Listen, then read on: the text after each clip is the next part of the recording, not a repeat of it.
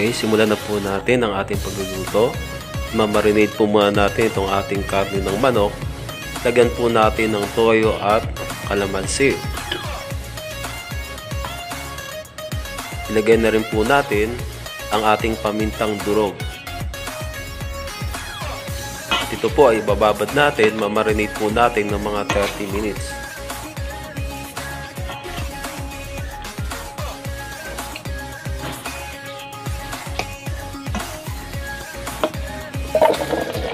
Okay, yan naman pong ating patatas ay prituhin po natin ng bagya.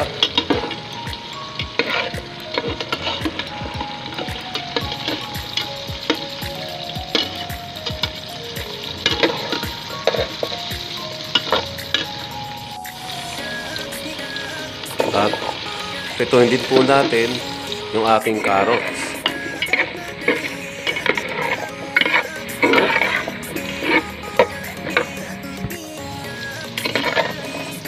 Okay, tanggalin na po natin at tatabi po muna natin.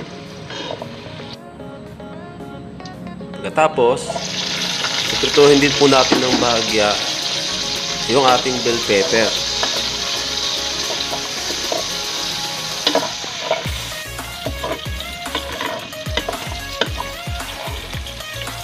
Tapos, tanggalin na po natin at itabi po muna natin. Mag-isa po tayo ng sibuyas.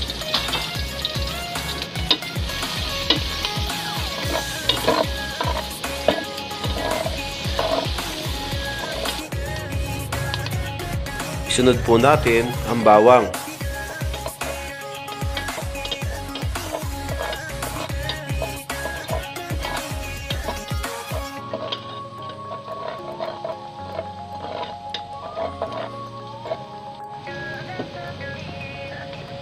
Tapos, ilagay na po natin ang ating manok.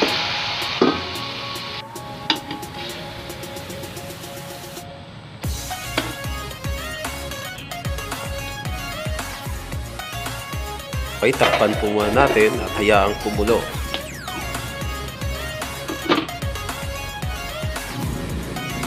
Okay, ilagay na po natin ang dahon ng laurel. Sunod na po natin ating siling na buyo. Puno natin at pagkatapos tingnan po natin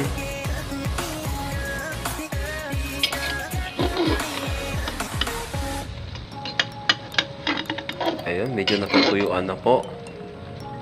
Alis na yung lansa nito.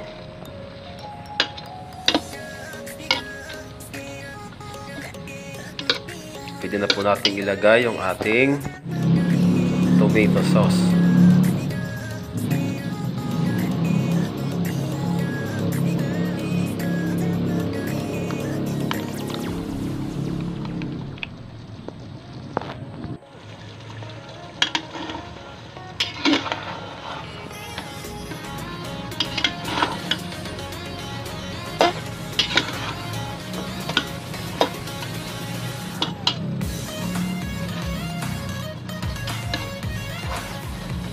Okay, lagay na rin po natin ang ating keso.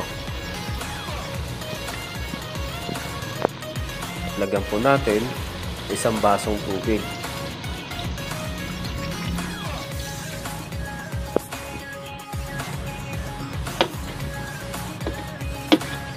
Lagyan na rin po natin ang ating asukal. Takpan po natin. Tayo po natin na kumulo.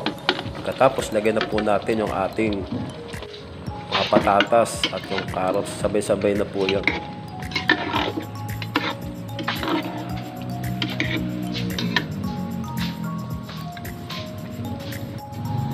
Okay, takpan po muna natin. Ayan na po. Luto na po ang ating kalderetang manok.